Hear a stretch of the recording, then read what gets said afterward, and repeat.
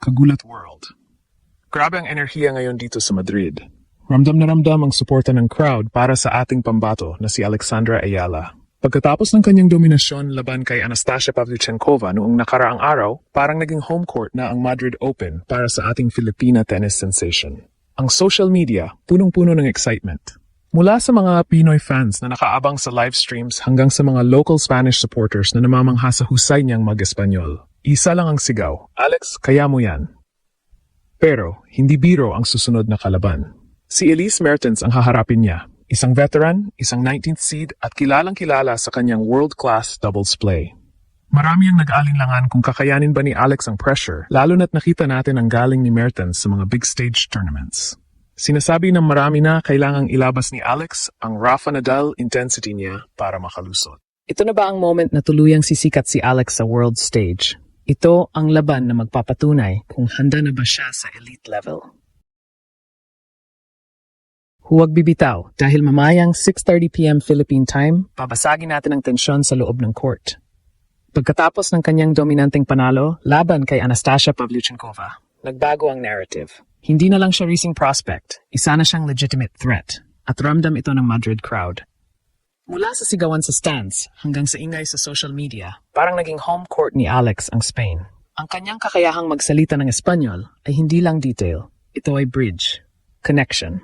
At sa tennis, ang ganitong klaseng emotional backing ay pwedeng maging game changer. Pero huwag magpalin lang sa hype. Sa kabilang side ng net ay si Elise Mertens, isang player na hindi basta-basta natitinag.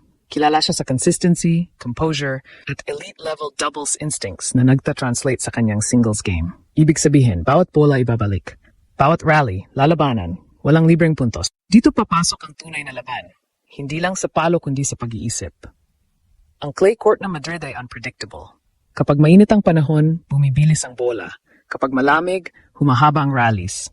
Kailangan ni Alex na maging flexible sa bawat sitwasyon. Hindi pwedeng isang game plan lang.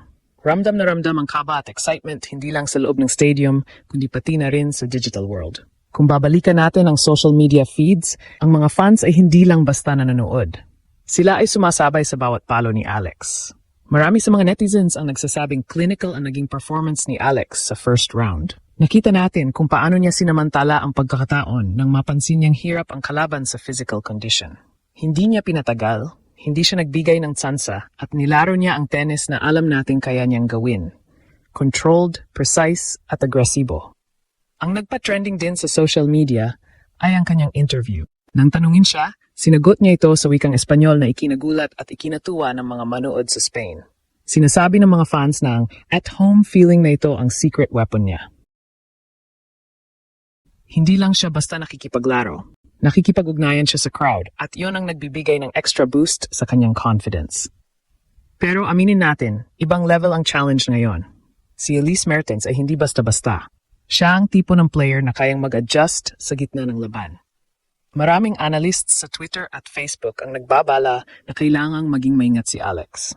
Hindi na ito yung basta-basta na match. Ito ay laro ng diskarte. Ang mga tao ay nag-aalala sa bilis ni Mertens sa court, pero tiwala ang mga Pinoy fans na ang training ni Alex sa Rafa Nadal Academy ay magbubunga na ngayon. Ang consensus? Kung magagawa niyang pantayan ang intensity ng mga previous champions na sinanay niya, malaki ang tsansa.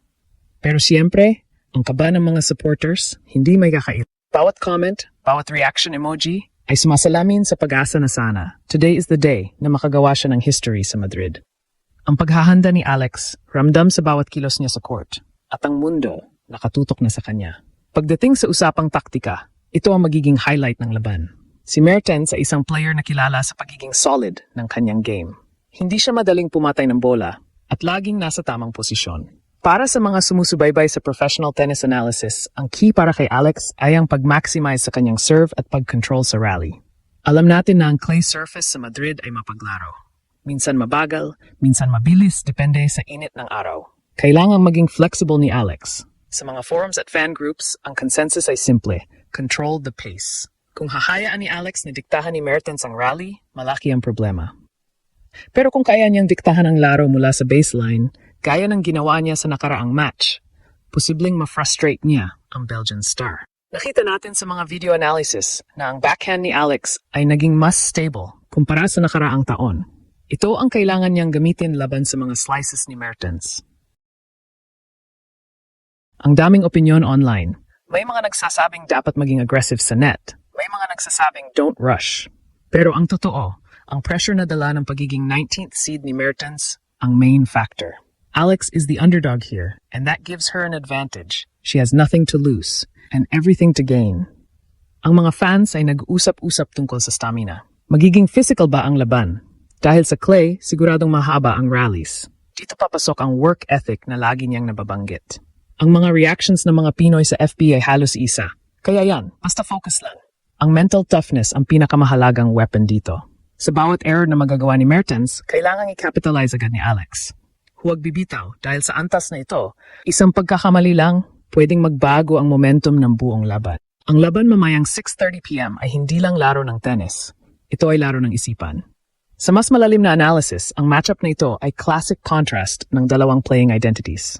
Si Alex ay isang rhythm-based player. Kapag nahanap niya ang groove, tuloy-tuloy ang flow ng kanyang laro. Samantalang si Elise Mertens ay disruption specialist. Ang layunin niya ay sirain ang rhythm ng kalaban sa pamamagitan ng variation, iba't ibang spins, angles, at pacing. Ibig sabihin, ang unang 4 hanggang 6 na games ng match ay magiging critical. Kung makakapag-establish agad si Alex ng tempo, mapipilitan si Mertens na mag-adjust. Pero kung si Mertens ang unang makapag-dictate, posibleng mahirapan si Alex makabalik sa comfort zone niya. Isa pang factor ay serve patterns. Hindi kilala si Mertens bilang overpowering server pero napaka-precise niya sa placement. Samantalang si Alex, kapag nag-click ang first serve percentage niya, nagkakaroon siya ng mas madaling control sa rally. Kaya ang laban ay maaring mag-ikot sa kung sino ang mas efficient sa service games. Ang player na mas kaunti ang unforced errors sa serve ang magkakaroon ng edge. Pagdating sa rally dynamics, advantage kay Alex ang pagiging lefty.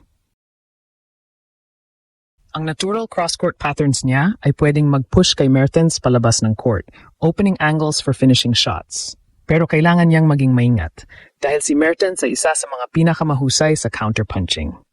Kapag naging predictable ang patterns ni Alex, mabilis itong mababasa at mababaliktad. Ang stamina ay isa ring silent factor. Sa clay, mas mahaba ang points, mas maraming lateral movement. Kung abot sa third set, lalabas ang conditioning. At dito papasok ang training ni Alex sa high-performance environment, kung saan ang endurance at discipline ay araw-araw na hinahasa. Sa huli, ang laban na ito ay hindi lang tungkol sa kung sino ang mas magaling, kundi kung sino ang mas handa mag-adjust, mas matatag sa pressure, at mas klaro ang execution sa maliliit na detalye. Kung magagawa ni Alex na pagsamahin ang crowd energy, tactical discipline, at fearless mindset, may tunay siyang tsansa na hindi lang makipagsabayan, kundi gulatin ang buong Spain.